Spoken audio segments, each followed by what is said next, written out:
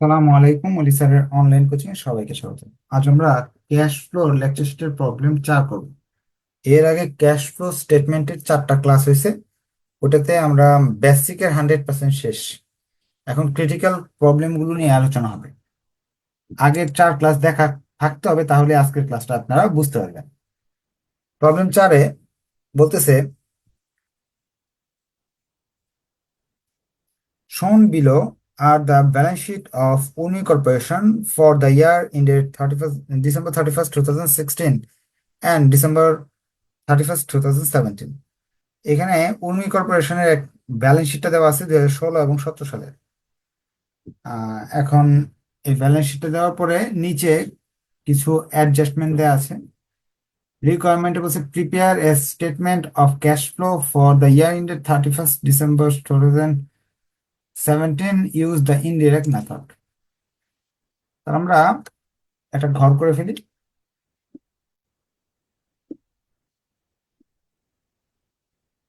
ঘরে লিখতে হবে 1 নাম্বার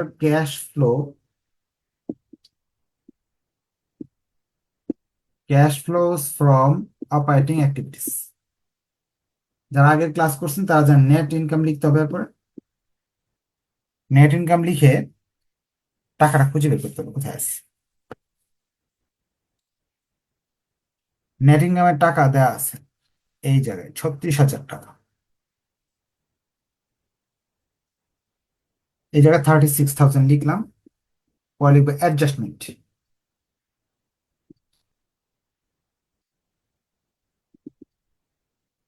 সম্পূর্ণটা লিখবেন আপনারা, আমি সংক্ষেপে লিখলাম adjustment.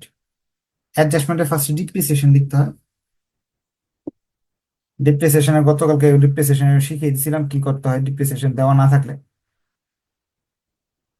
Depreciation, a fully depreciated equipment had original cost 5,000, was sold for 1,200। একটা নষ্ট হয়েছে, সেটা 5,000 টাকা দামের জিনিস ছিল, পুরাটাই নষ্ট, পুরাটাই ডিপ্রিসিয়েশন হয়ে গেছে। 5,000 টাকায় অবচয় হয়ে গেছে, 5,000 টাকা দামের জিনিস। ওটা 1,200 টাকা বিক্রি করে ফেলছে, 1,200 টাকা লাভ হয়েছে। এখান থেকে আমরা বুঝতে পারলাম 1,200 টাকা লাভ হয়েছে। কিভাবে বুঝলাম একটু আরেকবার চিন্তা করেন। একটা জিনিস কিনছেন, একটা টেবিল কিনছেন 5,000 দিয়ে, 5 বছর ইউজ করাতে 5,000 পুরোটাই ইউজ হয়ে গেছে, অবচয় হয়ে নষ্ট হয়ে গেছে। এখন তো ফেলে দেওয়ার কথা, কিন্তু আপনি এটা 1,200 টাকায় বিক্রি করলেন, তাহলে এখানে কিন্তু 1,200 টাকা আপনার লাভ হলো। এই এই লাইন থেকে আমরা এতটুকু শিখতে পারলাম, এখানে একটা অবচয়ের কথা বলা আছে, 5,000 টাকা অবচয় হয়েছে, কিন্তু অবচয়ের সম্পূর্ণ পরিমাণ কত টাকা জানা নাই। জানা না থাকলে সমস্যা নেই। অ্যাকুমুলেটেড ডিপ্রিসিয়েশন মানে আমাদের অবচয়।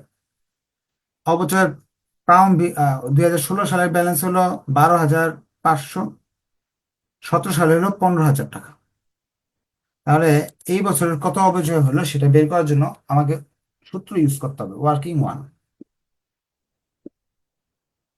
ডিপ্রিসিয়েশন বের করার জন্য কালকে সূত্র শেখানো হয়েছিল, opening balance plus sales minus ending balance. ভুল ভুল লিখছি। Ending balance plus sales minus opening balance. এই সূত্র লিখতে হবে না পরীক্ষা হলে, শুধু টাকাগুলো বসাতে হবে। এন্ডিং ব্যালেন্সটা আমরা দেখলাম অ্যাকুমুলেটেড ডিপ্রিসিয়েশনে এন্ডিং ব্যালেন্স দেওয়া আছে, হলো এন্ডিং বলতে 2017 সালের ব্যালেন্স 15,000। সেল করছি 5,000 টাকার ইকুইপমেন্ট, ওপেনিং ব্যালেন্স হলো 12,500। সেলস বলতে নিউ বোঝাচ্ছে নতুন, নতুন অবচয়টা বা যে যে জিনিসটা আমি বিক্রি করার ফলে যে অবচয়টা হয়েছিল। 5,000 টাকা দামের সম্পদ 5,000 টাকায় অবচয় হয়েছে, এটা কত আসতেছে 7,500 টাকা। তো অবচয়ের পরিমাণ 7,500 টাকা বুঝতে পারলাম। আর গেইন করছি, লাভ করছি, প্রফিট করছি বা গেইন গেইন গেইন কিভাবে করলাম? 5,000 টাকা দামের জিনিস 5,000 টাকায় বিক্রি 5,000 টাকা দামের জিনিস 5,000 টাকা আমরা ইউজ করে ফেলছি, পরে 1,200 টাকায় বিক্রি করছি, 1,200 টাকা বাড়তে আসছে, এটা হলো gain on sales equipment, sales of equipment.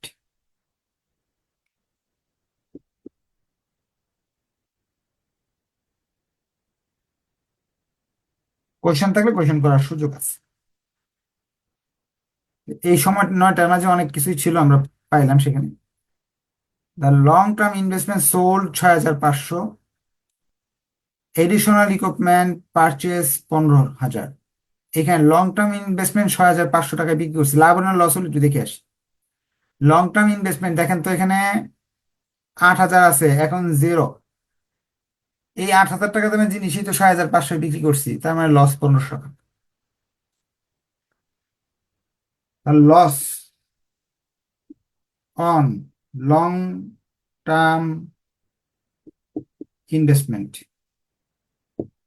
কত লস করলাম? 8,000 টাকা দামের জিনিস 6,500 বিক্রি করলাম, 1,500 টাকা লস। লস হলে প্লাস, ক্যাশ প্লাস, গেইন হলে ক্যাশ মাইনাস। এই হলো আমাদের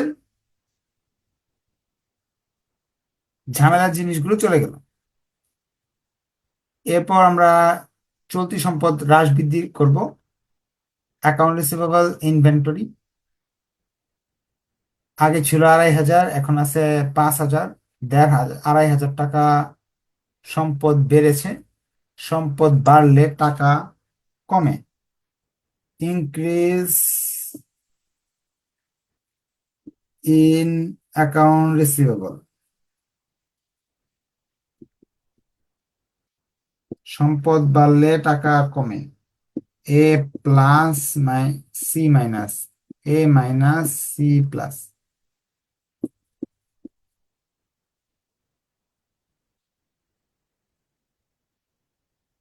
এখন এরপর আমাদের ইনভেস্টমেন্ট, ইনভেস্টমেন্ট তো নাই, ইনভেন্টরি 30,37 বাড়ছে 7,500। বাড়লে ইনক্রিজ ইনভেন্টরি। ছিল 37,500, এখন 37,000, 30,000। আগে 37,000 ছিল, এখন 37,500। 7,500 বাড়লো, বাড়লে তো মাইনাস। এখন liability, liability plus cash plus, liability minus cash minus.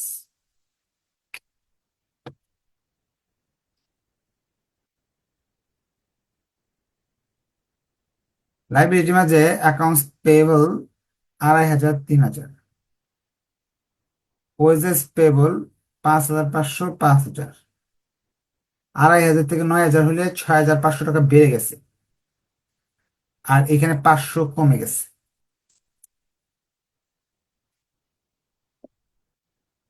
Increase in accounts payable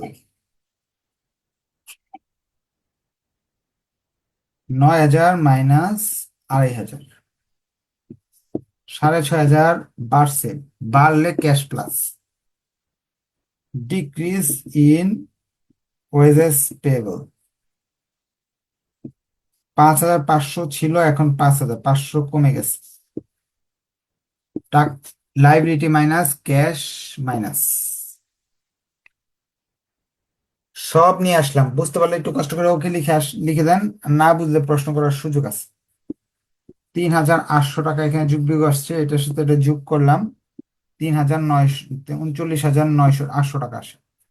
এটার নাম net cash provided by operating activities. যা করালাম এই জিনিসগুলো একটু জটিল ছিল, আর বাকি তো আপনার সব শেখা। এই জন্য আজকে ডিটেলস আর ভেঙে ভেঙে বলি নেই, সব শর্টকাটে লিখে ফেলছি। কারণ এগুলো আগে যদি 4 ক্লাস করেন তাহলে এগুলো বারবার বলার কোনো প্রয়োজন নাই। তো অপারেটিং অ্যাক্টিভিটিস শেষ, আমরা এখন ইনভেস্টিং অ্যাক্টিভিটিস করতে যাব। Investment activities, B number, cash flow from investment activities. Investment অ্যাক্টিভিটিসে আমরা দেখতেছি যে স্পষ্ট কিছু কথাবার্তা এখানে বলা আছে, এই জন্য উপরে যেতে হচ্ছে না। আমরা বিক্রি করেছি 1,200 টাকায়, 1,200 টাকা প্লাস। জিনিসটা বিক্রি করছি 1200 টাকায়, তাহলে 1200 টাকা প্লাস ইনভেস্টমেন্ট বিক্রি করেছি 6500 টাকায়, তো 6500 টাকা প্লাস বিক্রয় করছি। ইকুইপমেন্ট পারচেস করছি 15,000 টাকা, 15,000 টাকা মাইনাস। তাহলে লিখবো sales of equipment, sales of investment. স্পষ্ট 1200 টাকা লেখা আছে, এখানে 6500 লেখা আছে। আর পারচেস, পারচেস ইকুইপমেন্ট 15,000 টাকা স্পষ্ট লেখা আছে। আমরা একটু গবেষণা করি, যেহেতু আমরা অঙ্ক শিখে গেছি, বেসিক জানি, গবেষণা করবো এখন। Net cash used by investment activities, গবেষণা কি এই টাকাগুলো যে নিলাম, এগুলো তো সমন্বয় দেখে দেখে নিলাম। এখন একটু চেক করে দেখি তো সমন্বয় দেখার পরও উপরেরটার সাথে মিল আছে কিনা। ইকুইপমেন্ট ছিল 40,000 প্রথমে, এখন বলতেছে 50,000 টাকা। সত্যি সত্যি মিললো কিনা একটু দেখতেছি। 40,000 টাকার সম্পদ ছিল প্রথমে, ইকুইপমেন্ট 40,000 টাকা ছিল। কেনার পর নষ্ট হয়ে গেছে, বাতিল করে ফেলে দিছি 5,000, বাদ দিয়ে দিছি। এই যে 1200 টাকার মাল, 5,000 টাকার মাল বাদ দিয়ে দিছি, নষ্ট হয়ে গেছে। তো 35,000 টাকা থাকার কথা। নতুন করে কিনছি 15,000, purchase.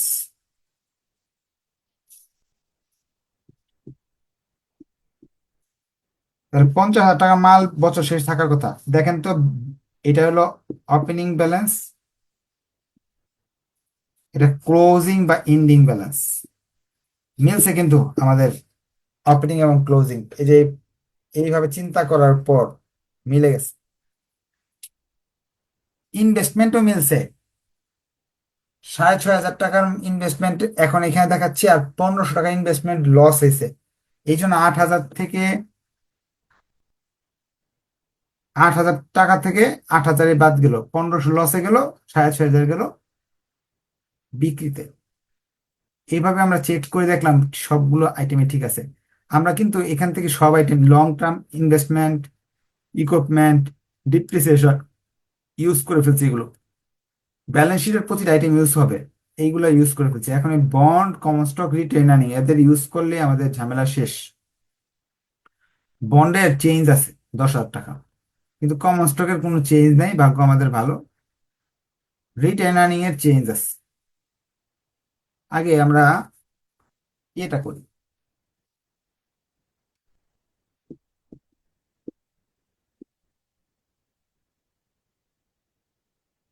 3 number, cash flow from financing activities, bond. Bond হলো, আগে ছিল 50, এখন আছে 40, 10,000 নাই। লাইব্রেরি কমছে, বন্ডের দামও কমে গেছে।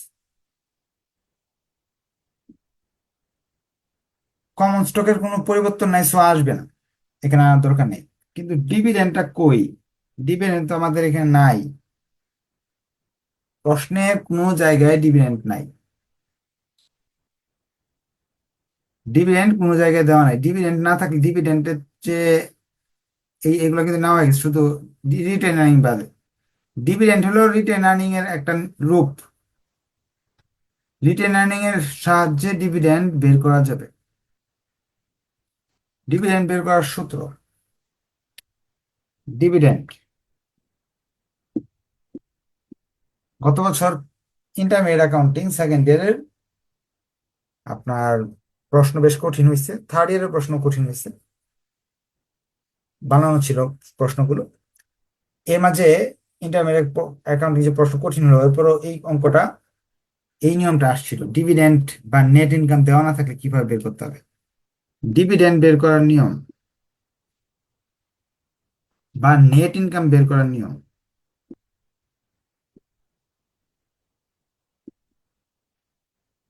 যদি দেওয়া না থাকে, নেট ইনকাম বের করার নিয়ম হলো ending plus dividend minus opening balance.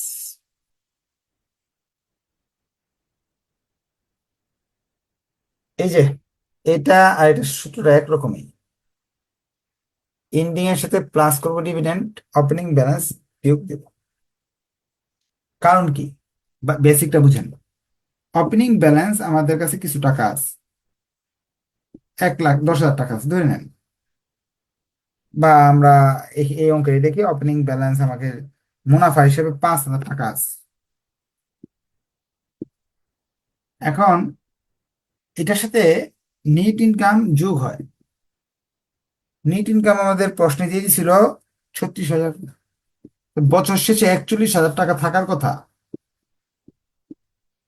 বছর শেষে 41,000 থাকার কথা, কিন্তু আমার হাতে এন্ডিং ব্যালেন্স আছে, তারা বলতেছে এন্ডিং ব্যালেন্স আপনার হাতে আছে 26,000। তার মানে টাকা কমলো কিভাবে? ডিভিডেন্ড দিছেন, ডিভিডেন্ড। ডিভিডেন্ডের পরিমাণ 15,000 টাকা দেওয়াতে হয়ে গেছে 26,000 এন্ডিং ব্যালেন্স। সূত্রটা এরকম: opening balance plus net income সমান সমান মাইনাস ডিভিডেন্ড সমান সমান এন্ডিং ব্যালেন্স। এইটা হলো সূত্র, মূল সূত্রটা। এখন এই মূল সূত্রের মাঝে কেউ যদি না থাকে, ধরেন ওপেনিং ব্যালেন্স আছে, কত আছে? 5,000। নেট ইনকাম 36,000 আছে প্রশ্নে। দেখাই দিই একটু, আবার দেখাই দিই যদি না ভুলে যায় থাকেন। এই যে নেট ইনকাম 36, ওপেনিং 5,000, আর 26 হলো এন্ডিং। এই ছকে এই সূত্রের মাঝে ডিভিডেন্ড শব্দটা নাই, এন্ডিং ব্যালেন্সটা আছে 26। এন্ডিং ব্যালেন্স এই পারে নিয়ে আসি, ডিভিডেন্ডকে ওই পারে নিয়ে যাই, দুইটা মিললে হইতেছে 41 মাইনাস 26। ডিভিডেন্ড ওই পারে গেলে প্লাস হয়ে গেলো, তাহলে ডিভিডেন্ড আসলো 15,000। অর্থাৎ অঙ্কে যদি ডিভিডেন্ড না দেওয়া থাকে অথবা নেট ইনকাম দেওয়া না থাকে, তাহলে এই যে সূত্রটা আছে, এই যে সূত্রটা দেখাচ্ছি, এই সূত্র ইউজ করে সবকিছু বের করতে হবে। ডিভিডেন্ড বের করতে হবে, নেট ইনকাম বের করতে হবে।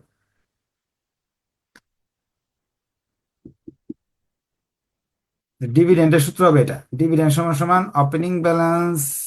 এই যে ওপেনিং ব্যালেন্স, ডিভিডেন্ড সমান সমান আসবে, ডিভিডেন্ড তৈরি পেয়ে গেছে, opening plus net income minus ending balance. Opening হলো আপনার 5, 36, এন্ডিং ব্যালেন্স হলো 26,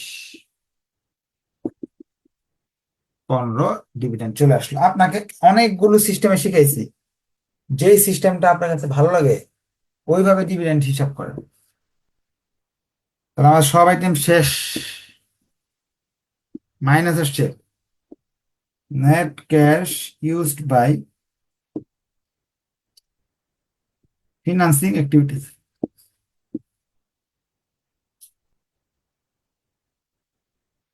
হিসাব নিকাশ করলে টাকা আসে 7,500।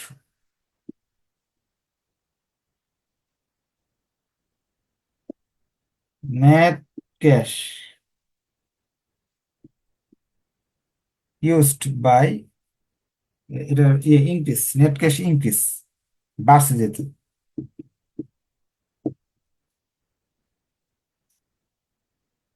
এটার সাথে আমাদের অঙ্কের সবার উপরে দাগ আছে, দুইটা জিনিসের উপর দাগ নাই।